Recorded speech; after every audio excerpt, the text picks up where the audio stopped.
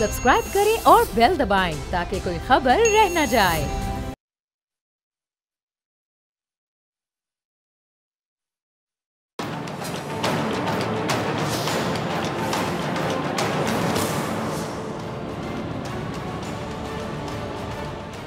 अस्सलाम वालेकुम, मैं हूँ डॉक्टर फ़िज़ा ख़ान और मैं हूँ पाकिस्तान। अगर मैं पीटीआई की जो अभी की जो पॉलिटिक्स है उसकी बात करूँ तो पीटीआई बड़ा तज़ब्ज़ुब का शिकार दिखाई देती है। कन्फ्यूजन कह लें क्योंकि पार्टी के कुछ लोग क्या राय देते हैं और फिर कुछ लोग कुछ बिल्कुल मुख्तलिफ सी राय दे देते हैं।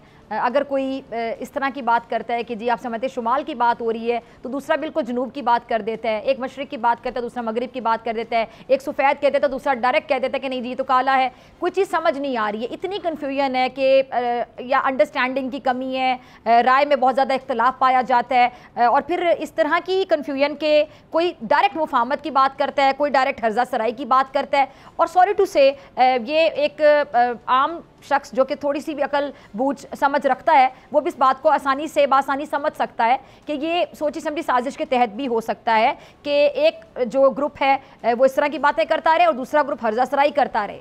यानी इसको सोची समझी साजिश कहा जा सकता है, इसको प्लानिंग कहा जा सकता है, इसको स्मार्ट मूव कहा जा सकता है, इसको आप दोगलापन भी कह सकते हैं कि एक तरफ मुफाहमत की बातें की जाती हैं। अब जिस तरह फॉर एग्जांपल ये जो उमर अयूब साहब हैं उनकी अगर मैं बात करूं और इमरान खान साहब की जो बहन है अलीमा खान साहिबा, उन्होंने जो रियासती इदारों के साथ बाकायदा दोस्ती का हाथ बढ़ाने की बात की, दोस्ती का इंदिया जो दिया, क्या उसमें इमरान खान की मर्ज़ी शामिल नहीं थी? अगर थी तो फिर ये जो हर्जा सराई हो रही है ये क्यों हो रही है? और अगर ये पैगाम बानी पीटीआई की मर्ज़ी से, बानी चेयरमैन जो पीटीआई उनकी मर्ज़ी से पहुंचाया गया, तो ये जो सोशल मीडिया जो इनका बाकायदा एक ऑफिशियल सोशल मीडिया अकाउंट है वहाँ पर ये जो रियासती इदारों की हर्जा सराई की जा रही है इसके पीछे क्या पर्पज़ हो सकता है, क्या मकसद हो सकता है? यानी कुछ लोगों को आप उस चीज़ पर लगाए रखें और फिर अंदर अंदर से आप इस तरह के बयानात भी देते चले जाएं। यानी आप मुज़ाकरात की भी बात करें और आप फिर मुफाहमत की भी बात करें, आप बात करने के लिए मरे भी जाएं और उसके बाद फिर आप जहर भी उगलते रहें। उन्हीं शख्सियात के बारे में आप जहर उगलें, उन्हीं शख्सियात के बारे में आप लोगों की जहन साजी करें, लोगों के जहनों को पोल्यूटेड करें, उन लोगों के बारे में आलूदा करें, उन लोगों के को डिफेम करने की कोशिश करें जिनसे आप मुज़ाकरात के लिए मरे जाएं। ये एक दोगली पॉलिसी भी कंसिडर हो रही है कि आप आवाम को पागल समझ रहे हैं या खुद को बहुत ज़्यादा स्मार्ट समझ रहे हैं, समझ नहीं आ रही है। ये जिस किस्म के आप लोग अब पैगामात दे रहे हैं, अब आप रियासती इदारों की जो आला क़यादत है उसको मुखातिब करके बाकायदा जो पैगामात दे रहे हैं ये बाकायदा वायरल किए जा रहे हैं, जो यकीनी तौर पे जो पार्टी के रहनुमा हैं उनके कुछ जो बयानात है कुछ रहनुमाओं के वो बिल्कुल, जैसे कि मैंने शुरू में भी कहा कि बिल्कुल ही मुख्तलिफ दिखाई दे रहे हैं। इससे क्लियर एक तासुर सामने आ रहा है कि जो सोशल मीडिया अकाउंट है इनका पीटीआई का, ये बाकायदा इनके लिए खुद मुसीबत बनता चला जा रहा है। यानी इन लोगों को खुद ही नहीं पता कि क्या स्ट्रैटेजी है, क्या हिकमत अमली चाहते क्या हैं। ये मुज़ाकरात चाहते हैं, बात करना चाहते हैं, ये मामलात को फ़ाहम तफ़हीम से आगे बढ़ाना चाहते हैं, या फिर ये जहर आलूद जो सोच जो कि फैला चुके हैं नौजवानों के जहनों में। जितने भी लोग सोशल मीडिया पर जो उन्होंने अकाउंट्स हायर किए हुए हैं जो कि सारा दिन सुबह दोपहर शाम सोते जागते उठते बैठते खाना खाते पानी पीते हर वक्त सिर्फ तनकीद करते चले जा रहे हैं, वो भी किसके बारे में? हमारे इदारों के बारे में, अहम शख्सियात के बारे में बाकायदा एक तासुर दिया जा रहा है कि पता नहीं वो शख्सियात जो है इनके बारे में किस किस तरह की बातें की जा रही हैं, उन बातों को भी फैलाए चले जा रहे हैं, बाकायदा उनको डिफेम किए चले जा रहे हैं। पाकिस्तान की सालमियत के लिए बाकायदा ये लोग खतरा भी बनते चले जा रहे हैं। अब साथ साथ कह रहे हैं कि जी हम तो मुफाहमत चाहते हैं, हम तो बात करना चाहते हैं। फिर या तो अगर आप बात करना चाहते हैं, मुफाहमत चाहते हैं, मुज़ाकरात चाहते हैं, तो फिर ये जो हर्जा सराई का सिलसिला है ये क्यों नहीं रुक रहा है? क्या को मानने के लिए तैयार है कि जो हर्जा सराई की जाती, इतना जहर उगला जाता है, वो जो आपकी जो एक टॉप की मैनेजमेंट होती है, किसी भी पार्टी की टॉप की लीडरशिप कह लें, क्या उसकी मर्ज़ी के बगैर, उसकी मंशा के बगैर ये जो बयानिया है वो इस हद तक फैलाया जाता है कि वो पाकिस्तान से बाहर जो ममालिक हैं वहाँ तक जाता है? बहुत से जो हमारे, सॉरी टू से, अगर मैं भारत की बात करूँ जो कि हमारा रिवायती हरीफ है, जो कि पाकिस्तान के हवाले से हर वक्त खबरों की तलाश में रहता है कि आपके जो बयानात हैं जो आप अपने ही मुल्क के खिलाफ देते हैं, अपने मुल्क की शख्सियात, अपने मुल्क के इदारों को मुतनाज़ बनाने की कोशिश करते हैं, वो जो हमसाया मुल्क है भारत, जिसके पेट में बड़ा दर्द उठता है जब हमारे यहाँ कुछ अच्छा होता है, हमसाया मुल्क भारत आपके बयानात को अपनी हेडलाइंस की जीनत बनाता है। अगर दुश्मन आपकी जो बातें हैं उनको हेडलाइंस की जीनत बनाएगा तो किसी तौर पे भी कोई तमगा हासिल करने के मुतरादिफ नहीं है कि दुश्मन आपके जो अल्फाज हैं उनको अपने एजेंडे एजेंडे के तौर पे बेच रहा है, या पता नहीं जो उनका एजेंडा है वो आपके अल्फाज की सूरत में उनको मिल रहा है, कुछ समझ नहीं आ रहा, शदीद कन्फ्यूजन है। अच्छा नाज़रीन, मेरे साथ शिजरा मनसब मौजूद है, बहुत शुक्रिया आपका ज्वाइन करने के लिए। डॉक्टर उसामा रज़ी साहब, बहुत शुक्रिया आपका तशरीफ़ लाने के लिए। डॉक्टर हुमायूं मोहम्मद, आपका भी बहुत शुक्रिया वक्त देने के लिए। डॉक्टर साहब, पहले आपसे शुरू कर लेते हैं क्योंकि पीटीआई की समझ नहीं आ रही है कि पीटीआई आखिर चाहती क्या है। आए दिन आपके लोग अक्सर ये बातें करते हैं कि जी मुज़ाकरात होने लगे हैं, फिर मुखालिफिन आपके बारे में कहते हैं शायद कोई डील होने लगी है, फिर आप ही लोग अपने सोशल मीडिया अकाउंट्स पे ऐसा तासुर देते हैं कि किसी किस्म की डील नहीं, कोई बातचीत नहीं। चाह क्या रही है पीटीआई? बिस्मिल्लाहिर्रहमानिर्रहीम, इय्याका नाबुदु व इय्याका नस्तईन। देखिए, वो एक मशहूर मिसल है अंग्रेज़ी में, वो कहता है कि the caravans moves on and the dogs keep barking. ठीक है, हमें इससे कोई गर्ज नहीं है कौन हमें क्या कहता है, हमने ये देखना है कि हमने क्या डिसीजन लेने, हमने किस लिहाज से इस मुल्क के लिए डिसीजन लेने। अच्छा, इस वक्त पाकिस्तान की सिचुएशन क्या है? इस वक्त पाकिस्तान की सिचुएशन ये है कि एक किस्म का एक स्टेलमेट हुआ है।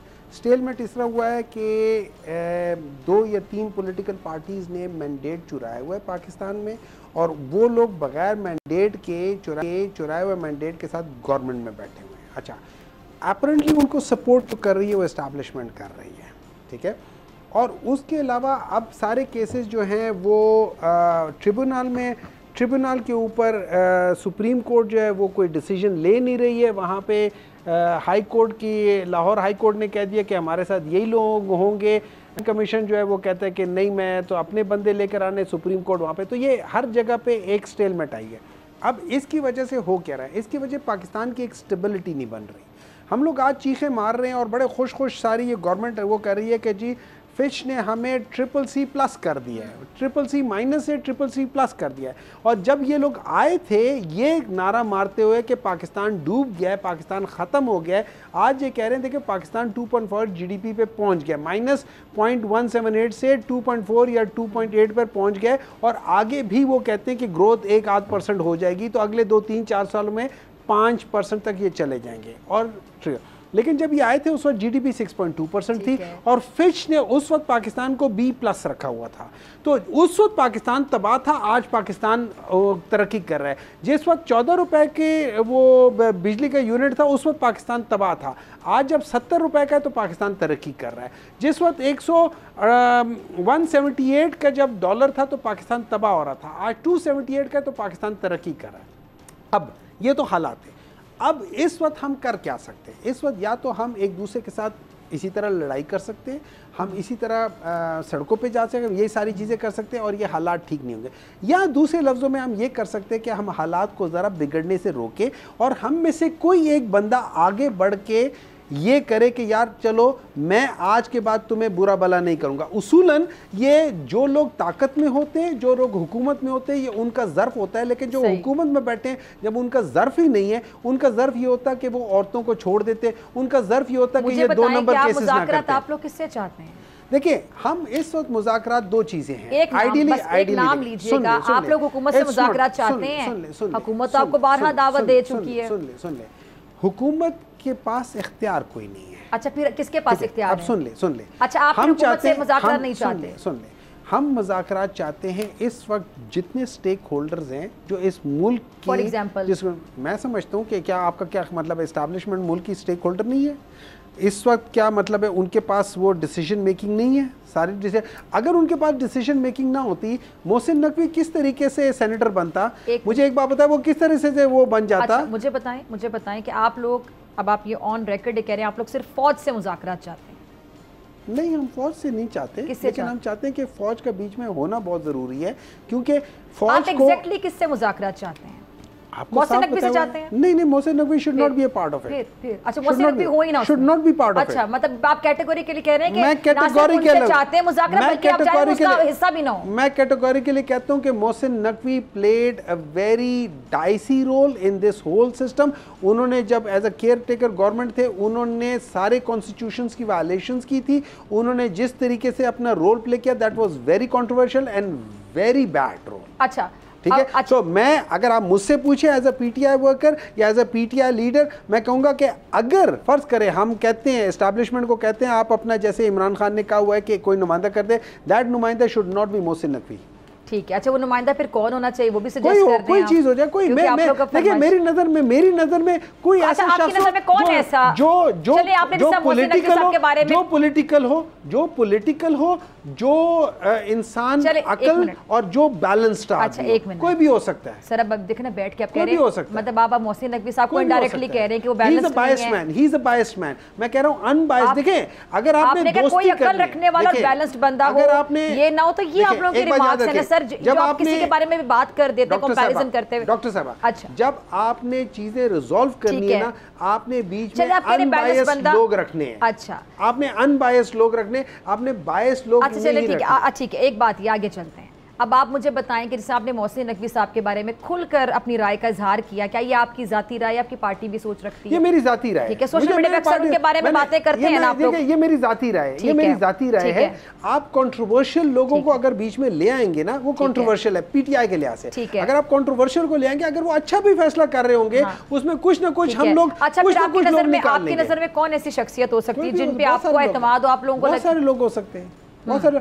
लेट्स पुट लाइक जीडीए वालों को कर सकते हो आप, और किसी को भी कर सकते हो आप। हो सकता है जमात इस्लामी को बीच में ले आओ आप, और किसी को ले आओ आप। ऐसे किसी को ले आओ जो कि एक पॉलिटिकल फिगर है लेकिन वो रिटायर्ड है, आप उसको ले आओ। आप किसी को ले आ सकते हो। डॉक्टर सामा साहब, आप लोग फिर दरमियान में मीडिएटर का किरदार अदा कर सकते हैं?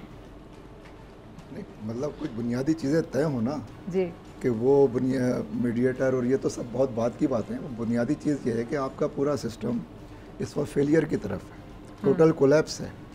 ये सिस्टम नहीं चल सकता, जिस तरह चलाया जा रहा है उसमें तो ये अपने पैरों पे नहीं चल सकता। और ये सिस्टम पूरी तरह एक्सपोज हो गया कि ये अवाम दुश्मन, जमहूरियत दुश्मन सिस्टम है। तो आइन और कानून के दायरे में कौन अपनी हदूद में जाएगा? अगर कोई अपनी हद में नहीं जा रहा और हम कह रहे हैं कि आइए हम लोग बातचीत करते हैं, तो हम क्या बात करेंगे? मतलब कौन बात करेगा, क्या बात करेगा? और सब ने अपनी अपनी हदें क्रॉस की हुई हैं। तो इस तरह तो मुल्क नहीं चलते। मुल्क को चलाने के लिए मुल्क की गाड़ी दो घोड़ों से चलती है ना, एक सियासी इस्तेहकाम से, दूसरा मुआशी इस्तेहकाम। आप दोनों को तबाह बर्बाद कर दें, आइन को पैरों तले रोन दें, कहें कि आइए बैठ के बात करते हैं। किस चीज़ पे बात करेंगे? शायरी करेंगे, लतीफ़े सुनाएंगे, एक दूसरे के दुखों और गमों पे का मजाक उड़ाएंगे, जो इस मुल्क के अवाम का हशर कर दिया है, जो 25 करोड़ अवाम चीख रहे हैं, हम उन चीखों का मजाक उड़ाने के लिए बैठेंगे? यानी आपकी बातों से लग रहा है कि कभी बैठेंगे ही नहीं। नहीं, क्यों नहीं बैठेंगे? लेकिन आइन की हदूद में कभी जाएंगे ही नहीं। कभी हम आइन और कानून के मुताबिक, जमहूरी उसूलों के मुताबिक इस मुल्क को चलने ही नहीं देंगे। ये हमने तय कर लिया है। चलिए बिस्मिल्लाह। अच्छा, आप लोग का धरना कहाँ तक पहुँचा? जो मुतालिबात हैं, धरना मुतालिबात साथ साथ चलेंगे, मुज़ाकरात साथ साथ चलेंगे? देखिए, ये जो इसके लिए एक अच्छा सा लफ्ज़ होना चाहिए इस मखलूक के लिए, जो इस वक्त यहाँ पे बिठा दी गई है, मुसल्लत कर दी गई है। मुझे उसका कोई लफ्ज़ नहीं मिलता उनके लिए, कोई अच्छा सा लफ्ज़। तो इस मखलूक के बारे में ये समझना कि ये मुज़ाकरात और कोई संजीदा बातचीत, चूँकि इस वक्त ये सामने फेस वैल्यू पे यही मौजूद हैं, तो इसलिए ज़रूर बात हो रही है। और धरने की बात हम जारी इसलिए कहते हैं कि इनकी तरफ से बहुत कम इम्कान है कि ये कोई संजीदा रविश इख्तियार करेंगे। ये आप नून लीग की बात कर रहे हैं? पता नहीं कितनी लीग हैं, नून लीग, पे लीग, काफ लीग, ये तो लंदन लीग की बात कर रहा हूँ। खाली नून लीग की बात करें क्योंकि फिर आईनी होते हैं, चाहे पीपल्स पार्टी भी है। नहीं, देखिए आंखों में धूल नहीं झोंकनी चाहिए। पीपल्स पार्टी, MQM और नून लीग और PDM की 13 पार्टियां एक ही टोकरी के गंदे अंडे हैं जो एक्सपोज्ड हैं। तो इसलिए ये आप, इसीलिए मैं कोई लफ्ज़ ढूंढ रहा था, मिला नहीं। PDM की 13 पार्टियां कह सकते हैं। ठीक है। तो ये इन्होंने मुल्क को तबाह बर्बाद कर दिया है। फिर जो लोग इनको मुसल्लत करने वाली क़ुव्वतें हैं, वो इस मुल्क वहाँ पहुँच गया है कि आपको मालूम है कि पिछले चंद दिनों में 50 लोगों ने या तो खुदकुशी की है या हालात से तंग आकर आपस में भाई ने भाई को कत्ल कर दिया कि वो बिजली का बिल नहीं दे सकता, उसके पास पैसे नहीं है, बच्चों को दूध पिलाने के लिए पैसे नहीं है, लोग अपने घरों में जो है रोटी नहीं है, आटा नहीं है, बिजली नहीं है, तालीम नहीं है, इलाज नहीं है। मुल्क किन लोगों के हाथ में जो IPPs। ठीक है जी, शेलजा साहब आप हमारे साथ मौजूद हैं।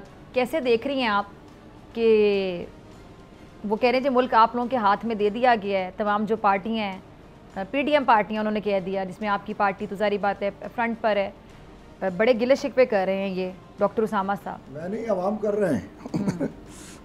देखिए, मैंने शुरू का पार्ट जो इनका सुना उसमें ये कह रहे थे कि हमें इस चीज की कोई फिक्र नहीं है कि कोई हमारी बात सुने या ना सुने, हमने तो अपनी बातें करते जाना है। ये इन्होंने बड़ी अच्छी तर्जुमानी की है अपने साबका चेयरमैन और इनके जो इमरान खान है, बहुत अच्छी, क्योंकि वो एक नार्सिसिज्म के अंदर शिकार है, नरगिसियत का शिकार है।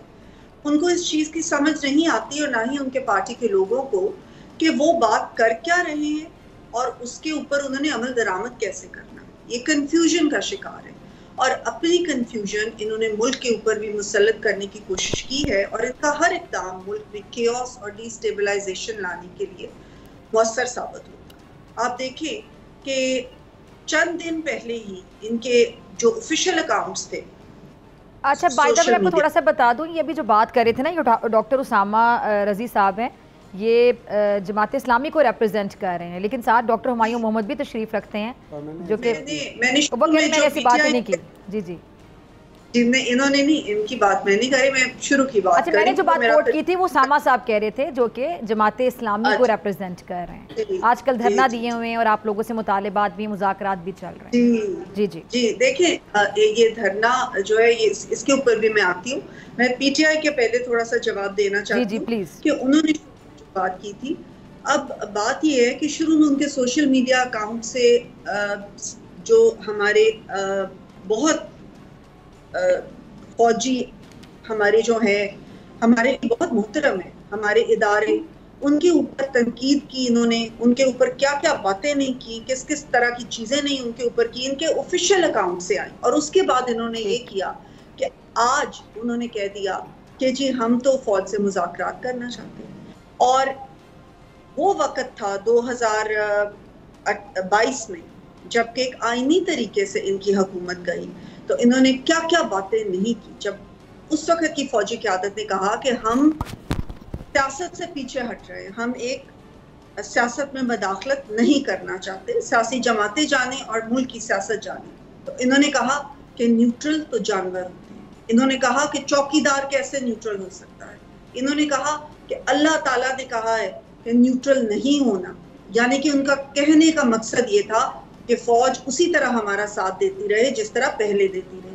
2018 में एक आरटीएस ज़दा हुकूमत इन्होंने बनाई, आने के बाद ये बहुत खुश थे कि हम वन पेज पे हैं, इसीलिए अब इनको इतनी परेशानी है कि उसी तरीके से हमें प्लेट में लाके एक आरटीएस के जरिए क्यों नहीं लाके बैठा दिया गया पार्लियामेंट में, क्यों फेयर एंड फ्री इलेक्शन इस तरीके के हुए हैं। आज इनको फॉर्म 45 याद आ रहा है, 2018 में इनको फॉर्म 45 नहीं याद आया था, जबकि पाकिस्तान मुस्लिम लीग नून को फॉर्म 45 मिला ही नहीं, उसको गायब कर दिया गया, आरटीएस बिठा दिया गया और सुबह तक तमाम हलकों के रिजल्ट्स बदल दिए गए। मेरे अपने हलके का रिजल्ट मेरे सामने ननकाना साहब का बदला गया और आज ये कह रहे हैं कि फौज को इनकी बहन ने कहा कि जी हम आपको ये कहते हैं कि आप न्यूट्रल हो जाए।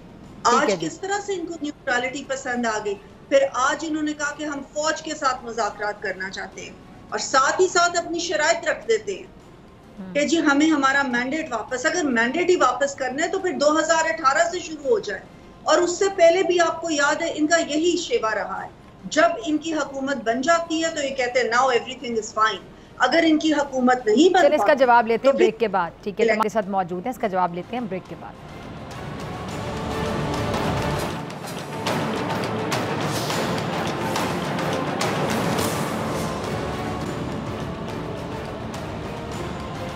Welcome back. Doctor Humayun Mohammad साहब, शिरजा साहिबा ने कुछ सवाल छोड़े आपके लिए। शिरजा साहिबा ने देखिए उन्होंने बड़े अच्छे सवाल छोड़े, उनमें से उन्होंने कहा है कि पाकिस्तान तहरीक इंसाफ पता नहीं क्या करते और हमारे जो फ़ौज है उसके बारे में करती है। बिल्कुल सही कहती हैं। जो फ्लोर ऑफ द हाउस में जब ख्वाजा आसिफ साहब बातें कर रहे थे और फ़ौज की बातें में कर रहे थे, उस वक्त वो पाकिस्तान तहरीक इंसाफ में थे।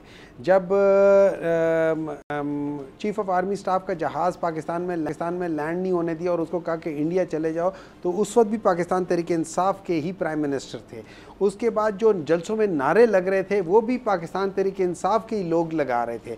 उसके अलावा जो इंडिया के अंदर जाके कहा था कि जितने भी अटैक हो रहे हैं वो पाकिस्तान से हो रहे हैं, वो भी पीटीआई वाले ही कर रहे थे। और उसके अलावा वहाँ पे जाके हुर्रियत से ना मिलना भी पीटीआई वाले ही कर रहे थे। तो वो बिल्कुल सही कहती हैं कि वो पीटीआई वाले। लेकिन एक बात याद रखें, उन्होंने एक और चीज़ की थी। उन्होंने कहा था कि ये लोग कहते हैं कि जी आप न्यूट्रल जो होता है ना वो जानवर होते हैं। देखिए एक चीज़ होती है, अमल बिल मारूफ नहीं अनिल मुनकर, दो चीज़ें होती है। मैं न्यूट्रलिटी और न्यूट्रल ना होने के डिफरेंस सिखाता हूँ। उसके लिए थोड़ी सी IQ ज़्यादा होनी चाहिए, कम से कम ट्रिपल डिजिट्स तो, चलो ट्रिपल बहुत ज़्यादा है उनके लिए, डबल डिजिट्स तो होनी चाहिए ना, ठीक है, और वो भी 60 से ऊपर, ठीक है।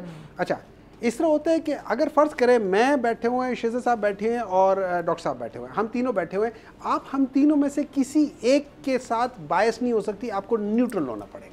लेकिन अगर मैं बदतमीज़ी कर रहा हूँ, यहाँ पे आप यानी आप कह रहे हैं कि मुझे जानवर होना पड़ेगा? नहीं, यहाँ पे आप लोग कहते हैं न्यूट्रल तो जानवर होता है। देखिए अब आपका हालिया बयान है ना, मैं उस तरफ लेकर जाता हूँ। देखिए उस तरफ वो जो रेफरेंस था ना, देखिए न्यूट्रल होने के दो मुख्तलिफ रेफरेंस हो जाते हैं, हर चीज़ के दो रेफरेंस। वो जो रेफरेंस है जानवर जो होता है न्यूट्रल होता है, वो इस वजह से है कि अगर मैं गलत काम कर रहा हूँ और आप वहाँ बैठी कुछ नहीं कर रही, आप सिर्फ उसी जगह से बैठी हुई हैं और मैं एज अ माइट, मैं अपना माइट कर रहा हूँ किसी और को ख़राब करने के लिए, आप खामोश बैठी हुई हैं, वहाँ पे यू विल बिकम, वो कहते हैं ना आदमी को भी मुयस्सर नहीं इंसान होना, ठीक है। ये वो चीज़ आ जाती है कि यू हैव टू एटलीस्ट से, अगर आप हाथ से नहीं रोक सकती, अगर आप जुबान से नहीं कह सकती, कम से कम दिल में कहें ये गलत है।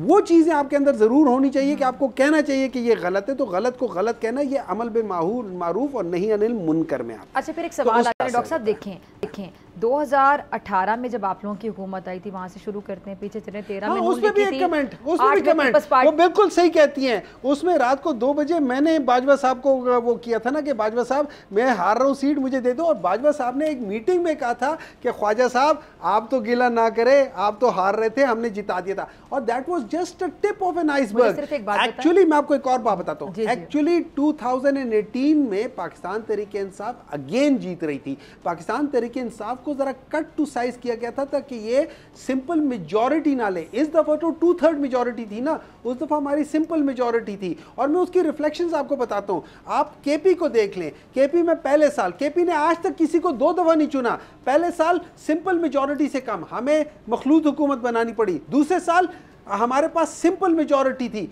तीसरे साल हमारे पास 80% सीट्स हैं। मुझे सिर्फ एक सवाल का जवाब दे दें कि डॉक्टर साहब आप बता दें, आप लोगों की पार्टी एक ऐसी पार्टी है कि कम कंट्रोवर्शियल कह सकते हैं मैं नून लीग से पूछूंगी, शिजरा साहिबा से या डॉक्टर साहब से, तो ज़ाहिर बात है दोनों पार्टियां आमने सामने हैं। अब खैर आपकी पार्टी भी मैदान में आ गई है कि आपने कहा हम भी अवाम के राइट्स की जंग लड़ेंगे, और कंपटीशन भी शुरू हो गया by the way social media पे। आपके लोग कुछ कह रहे हैं कि सोचना भी ना कि हाफिज़ नईम उर रहमान साहब का कोई मुकाबला पॉपुलैरिटी में इमरान खान साहब के साथ हो ही नहीं सकता। एक मौजना और एक कंपैरिजन शुरू कर दिया गया, उस पर भी आपको कमेंट चाहूँगी।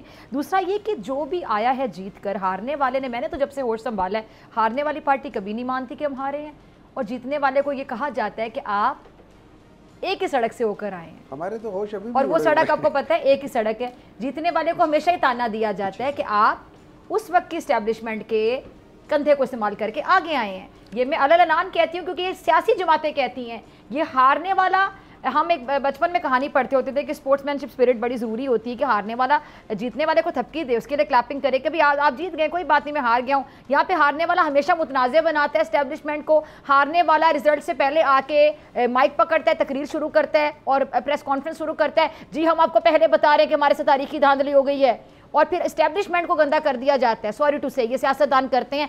जीतने वाला जो होता है उसको मुतनाज़े पहले दिन से बना दिया जाता है। ये क्यों होता है? वैसे हाफिज साहब ने इस दफा मस्ट कमेंट होता है, हाफिज साहब ने उस चीज को तोड़ा है। उन्होंने जीते हुए उन्होंने कहा कि नहीं मैं ये समझता हूं, अगर अभी आप लोग जीत जाते, अगर अभी ये होता, नून लीग वालों ने तकरीर करनी थी, ये सामने बैठी मैम, फिर आप लोगों के ऊपर तनकीद होनी थी कि आप लोग कैसे जीते। ये मुतनाज़े क्यों बना दिया जाता है? एक दो लतीफ़े तो बड़े अच्छे सुनाए कौन से? नून लीग भी एक सियासी पार्टी है और पीपल्स पार्टी भी एक सियासी पार्टी है। जो चीज़ें वसीयत पे चल रही हो, विरासत पे चल रही हो, ख़ानदान की जो है वो इजारादारी हो, और हम पाकिस्तान में इस किस्म की चीज़ों को पता नहीं क्यों पार्टी कह दिया जाता है। और ये जो आपका दूसरा सवाल आप कह रही हैं ना कि समझ में क्यों नहीं आता, सर हैं तो बड़ी पार्टियां ना, इससे तो इनकार नहीं कर ये सकते। पार्टियां नहीं है, ये लिमिटेड कंपनीज हैं जो इस मुल्क के थोड़े से इस्तेसाली तबके का एक प्लेटफॉर्म है। चले फिर सब इसको अपनी किस्मत कह लें, कुछ भी कह लें कि आपके ऊपर हुक्मरान तो वो वही पार्टियां हैं ना। देखिए वो 30-40 साल हमने इनको पार्टियां समझ के निकाल दिए ना, अब ये खत्म है, इनका चैप्टर क्लोज है। फिलहाल तो सर हुकूमत में है ना। वो तो मुसल्लतशुदा है ना, वो तो आप किसी को भी बिठा दें, आप भी बैठ सकती हैं। इनको भी बिठाया था 18 में। नहीं वो अभी नहीं, इनको बिठाया था वैसे 18 में आपके मुताबिक। मेरा तो ख्याल ये है कि उस वक्त जो कह रहे हैं वो सही कह रहे हैं। क्या किनको नहीं बिठाया? जो कुछ इन्होंने कहा कट टू साइज वाली बात, वो ज़्यादा करीनस क़यास लगती है। अच्छा, दूसरी बात यह है कि जब इस मुल्क की सबसे बड़ी पार्टी 71 में इलेक्शन जीत जाए, कैसे थे JI इलेक्शन PTI भाई नहीं भाई, एक कॉमन इश्यूज पे, एक कॉमन ग्राउंड पे आप नहीं चाहते कि इस मुल्क में एक सेहतमंद सियासत हो जो अवाम कौन नहीं चाहता कि सेहतमंद सियासत हो, लेकिन हो नहीं रही ना। हाँ तो आप भाई 25 करोड़ अवाम भाई चाहे कोई भी हो। इस इशू पे तो मौलाना फजल रहमान साहब आपके भाई बन जाएंगे फिलहाल बनाने के लिए 25 करोड़ अवाम। हाँ, लीडरशिप की बात नहीं हो रही, अवाम की बात हो रही। अच्छा मौलाना साहब अब वो एक स्टैंड लेके खड़े हुए हैं, उनको आप क्या कितने नंबर देंगे? सवालात करेंगे एक किसी जवाब के बगैर, सवाल दर सवाल। सवाल कौन सा है अब? कि मौलाना साहब जो हैं वो भी फिर भाई देखिए, मौलाना साहब की बात नहीं हो रही। 25 करोड़ अवाम के ऊपर जो बिजली के एटम बम गिराए गए हैं ना, वो किसी मौलाना साहब पे नहीं गिराए गए। वो जिस हुकूमत ने गिराए हैं, उस हुकूमत को लाने में मौलाना साहब ज़रूर शामिल हैं, लेकिन वो इस हुकूमत ने गिराए हैं। 25 करोड़ अवाम का मसला है। तो इसलिए इस मुल्क आप लोग हुकूमत को कह रहे हैं कि जी बिजली जो है ना वो सस्ती करके दी जाए, ठीक है, आपके मुतालिबात हैं, आपका धरना जारी, धरना मुज़ाकरात साथ साथ चलते रहेंगे, लेकिन हाफिज़ नईमुर रहमान साहब के शहर कराची में वहाँ पे जो कि इलेक्ट्रिक है नेपरा के पास गई कि जी जो बिजली वो महंगी कर दी जाए। अगर महंगी हो जाती तो 4.45 पैसे मजीद महंगी हो जाएगी, तो कराची वालों के लिए फिर कोई दर्द आप लोगों को नहीं सता रहा। आपका ये जो छठा सवाल नहीं, उसके लिए फिर क्या, उसके लिए कौन फिर स्टैंड लेगा? आपका ये जो छठा सवाल, ये सबसे बेहतरीन सवाल लगा आपको, अब इसका जवाब मैंने आपसे लेना है, मैं चुप करके जवाब मसला तो कराची के ऊपर तो इस वक्त बात नहीं सर देखिए, नहीं आप लोग पाकिस्तान के अवाम की बात कर रहे हैं ना, कराची की जो अवाम है उनका दुख नहीं आपको सता रहा कि इलेक्ट्रिक वाले नेपरा के पास चले गए कि जी इनका रेट ज्यादा कर दिया जाए, बिजली कर दिया जाए। अगर ये मंजूर हो जाता है तब हाफिज नईमुर रहमान साहब स्टैंड लेंगे। किसने कहा? बिजली की बात हो रही है ना। किसने कहा कि नेपरा से क्या कह रही हैं आप? सवाल क्या है आपका? के इलेक्ट्रिक वाले, हाँ, के इलेक्ट्रिक के खिलाफ कराची में अगर किसी ने कैंपेन लॉन्च की है, हाँ, सिर्फ जमात इस्लामी, हाँ, तो फिर अभी आप स्टैंड लेंगे? लिया हुआ है स्टैंड, लेंगे नहीं। पिछले 6 साल से जंग लड़ रहे हैं, हम जेलों में गए, हमें गिरफ्तार किया है, स्ट्रेट फायरिंग की। लेकिन बिजली तो फिर आप सस्ती नहीं करवा सके। वो नहीं करवा सके, इलेक्ट्रिक से जान छुड़वा देते उनकी, बेचारे कराची वालों की। हाँ, हल नहीं ना आप लोग 6 साल से कर सके। इट मींस कि अभी भी आप 6 साल धरना देके बैठे रहेंगे। हल तो है, ये जो मायूसी पैदा हो रही है ना, मेरी बात सुनिए, अगर आपको मुझे नहीं बोलने देना है तो फिर आप तकरीर कीजिए। पंजाबी में कहते हैं कि मैं सुनने के लिए आया हूं। अब आपको मेरा सवाल जो किया है ना, अब आप लोग देखिए जब आपके पास आर्गुमेंट है तो फिर आप लोग एंकर के साथ ऐसे शुरू कर देते हैं। ये चीज मुझे बड़ी तकलीफ देती है। आप तकरीर कीजिए, मैं तालियां क्योंकि उसामा भाई अब आपको मेरा सवाल चुप गया। आपकी तकरीर पे अब आपको मेरा, मैं चुप करके सुनती रही तो बहुत अच्छी बात थी। आपकी तकरीर हमने भी सुनी है, वाह वाह, जैसे बूढ़े का अकीका, जैसे नाबालिग का ब्याह। अब जब मैंने आपसे सवाल पूछ लिया, जब तक आपके धरने के बारे में पूछे क्या मुतालिबात हैं, क्या मुज़ाकरात चाह रहे, तब तक ठीक है। उनकी पार्टियों का लतीफ़ा कह रहे हैं बैठ के, मेरा आपको सवाल चुप गया। अच्छा डॉक्टर साहब मुझे बताएं, कराची वालों को सस्ती बिजली नहीं मिल सकी 6 साल से, आपने खुद ही मान लिया कि आप लोग स्टैंड लेके बैठे हुए हैं। नहीं तो फिर यहाँ भी 6 साल धरना देंगे? भाई जिसने नहीं दी उसकी बात करें ना। यहाँ भी 6 साल जो एहतजाज कर रहा है, जो चीख रहा है, जो फांस चुभी हुई आप कह रहे हैं उसी को सर, इसको पंजाबी में कहते हैं गोंगलू से मिट्टी झाड़ना, कि आप लोग एहतजाज करेंगे, धरना देके चले जाएंगे, होना कुछ भी नहीं है। चले जाएंगे, कोई होना कुछ भी नहीं है, जैसे कराची में शोर मचाते। जी देखिए, मैं आपको एक बात बताता हूँ, आपने पहले कहा ना कि हम लोग भाई भाई हैं, मैं आपको एक और बताता हूँ, पीपल्स पार्टी वाले भी हमारे भाई हैं, PMLN वाले भी हमारे भाई, तो उनके साथ मिलकर आप हुकूमत बना लेते हैं। लेकिन आगे मुझे बोल लेने दे, मुझे एक मिनट बोल लेने दे, मुझे जरा बोल लेने दे। लेकिन आपको पता है आपके ऐसे भाई भी होते हैं जो आप लोगों की जायदाद पे नाजायज कब्जा करके आगे निकल जाते हैं। ये वो लोग भाई हैं जो अवाम के पैसों पे कब्जा करके बैठे हुए हैं, जिनके जैसे पोर्ट कासिम का जो IPP है, जो कि इम्पोर्टेड कोल पर है, जो 77 रुपए के लिहाज से, जिसको 2 खरब रुपए 2.1 खरब रुपए इनको एज अ पेमेंट मिल चुकी है, उसमें कौन है? उसमें सैफुर रहमान है। सैफुर रहमान किसका रिश्तेदार है? मेरा तो नहीं है, आपका भी नहीं है, इनका भी नहीं है, किसका रिश्तेदार है आप वो पता कर ले, ठीक है। अच्छा, उसके बाद दूसरा बड़ा जो है वो मंशा ग्रुप है। वो किन के साथ होते, कौन उनको बैक करते हैं या वो किन को बैक करते हैं, ये सारी चीज़ें। ये वो लोग हैं, ये वो भाई है हमारे जिन्होंने अपने ही लोगों के पैसों के ऊपर कब्जा करके बैठे हुए हैं, ठीक है। अच्छा, मज़े की बात ये, इन्हीं की एक लीडर साहिबा कहती हैं हमारे दादा जो थे ना वो 1960s में अरबपति थे, सबसे पाकिस्तान के मालदार थे, लेकिन वो जिनकी बेटी है और जिनके वाले साहब थे वो कहते हैं कि मुझे अच्छी तरह याद है कि उस ज़माने में मेरी माँ मुझे 4 आने जो है ना वो पॉकेट मनी देती थी और मैं एक रोटी और चटनी के साथ कोठे पे जाके बैठ के खाया करता था। और दूसरा भाई कहता है कि मुझे अच्छी तरह याद है कि वहाँ पे वो रेलवे क्रॉसिंग है या रेलवे फाटक है, उसके पास हमारा घर होता था, हम वहाँ पे गुल्ली डंडा खेलते थे। आप मुझे बात बताएं, आपने कभी किसी बिलियनेयर के बच्चे को गुल्ली डंडा खेलते देखा है? आज भी खेल रहा है भाई। हाँ, कभी देखते थे? देखिए मेरी बात सुनते, झूठ के पैर नहीं होते। नहीं, आप उनसे जरूर सवाल करें।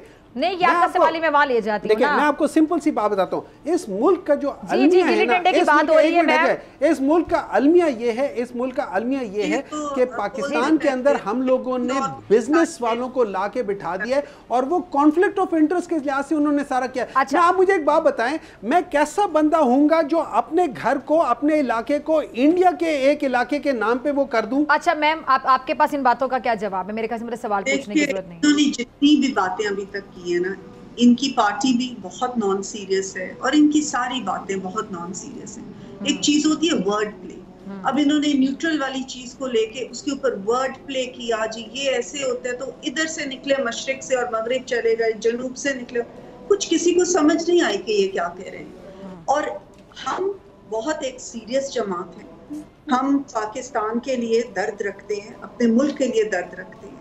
हमने जब 2022 में हुकूमत ली तो सिर्फ नोइंग कि हमें सख्त फैसले करने पड़ेंगे और जो इन्होंने पाकिस्तान की तबाही की है उसको वापस अपने पैरों पे खड़ा करने के लिए हमने बहुत सख्त फैसले किए। इसमें कोई शक नहीं कि इस वक्त पाकिस्तान बहुत मुश्किलात में, पाकिस्तान की मईशत को इन्होंने तबाह कर दिया था। लेकिन आप देख रहे हैं कि आहिस्ता आहिस्ता इन्होंने आके कहा तब्दीली, जी तब्दीली हो जाएगी, तब्दीली आ जाएगी। क्या तब्दीली आई? इन्होंने अपने 3.5 साल में क्या किया? आज इनको सारी चीजें याद आ रही हैं। क्या अपनी 3.5 साल हुकूमत में इन्होंने कोई रिफॉर्म्स किए किसी चीज में? करप्शन डबल ट्रिपल हो गई थी तब तमाम महकमों में, और इनका अपना केपी जहाँ ये कह रहे हैं कि हमें इस तरह मैंडेट मिला और इतना मैंडेट मिला, वहाँ की करप्शन की गजब कहानी आज तक जो है वो चल रही है। तो बात यह है कि ना तो तब्दीली रातों रात आती है, ना ही इस तरीके से तब्दीली आती है। तब्दीली आती है हार्ड वर्क से, जब आप दिन रात मेहनत करें, जो कि हम वफाक में भी कर रहे हैं और हम पंजाब में भी कर रहे हैं। और आप देख रहे हैं कि उस मेहनत के समरात अब हमें नजर आना शुरू हो गए। मईशत आहिस्ता आहिस्ता बेहतरी की तरफ जाना शुरू हो गई है। FBR को डिजिटाइजेशन की तरफ हम लेके जा रहे हैं ताकि करप्शन का खात्मा हो, हरासमेंट का खात्मा। हमने फिच ने आपने देखा कि बेहतर हमें अब रेटिंग दी, CCC+ दे दी रेटिंग, जिससे कि इंशाल्लाह बेहतरी आएगी। पॉलिसी रेट हमने कम किया, 4 महीनों में तकरीबन 2.5% उस रेटिंग में भी तहफ्फुज़ात का इजहार कर दिया। बाकी दोनों जो पार्टिसिपेंट्स हैं प्लस था, B+ था, ये CCC+, मुझे एक बात बताएं, वो पार्टी क्या होगी जो कहती है कि तबाकुन था, उस वक्त B+ था। तो बात करने का शौक इतना ज्यादा है और बात आपको अच्छा, ये शिजा साहिबा, ये जो मखसूस निशस्तों का मामला है, इस पे क्या इसका वोट किस करवट बैठता दिखाई देता है? क्योंकि कोर्ट ने तो फैसला सुना दिया, आगे क्या हम देखेंगे? देखिए 2017 के जो एक्ट है, इलेक्शन एक्ट, उसकी कई शिकों के खिलाफ वर्जी इस फैसले में हो रही है और फैसले पे हम तनकीद करना हर शहरी का हक है। हमने रिव्यू पिटिशन किया है, अब देखते हैं कि रिव्यू पिटिशन में क्या हमारा किस किस्म का नतीजा निकलता है। लेकिन फैसले के बारे में बिल्कुल ये कह सकते हैं। नहीं तो अब ये इसका जो तोड़ है ये पार्लिमान जो है उसके जरिए निकाला जाएगा, नहीं कर सकते। देखिए हमें इंस्टीट्यूशंस का बैलेंस पाकिस्तान में रखना बहुत जरूरी है। इंस्टीट्यूशनल बैलेंस, जो काम पार्लियामेंट का है वो पार्लियामेंट करे, जो जुडिशरी का काम। बहुत शुक्रिया तमाम मेहमानों का। प्रोग्राम का वक्त खत्म हो गया, इसी के साथ मुझे दीजिए इजाजत। आपसे मुलाकात होगी इंशाल्लाह कल सेम टाइम सेम चैनल। अगर जिंदगी ने वफा की दुआ में याद रखिएगा, अपना बहुत ख्याल रखिएगा। अल्लाह के बाद।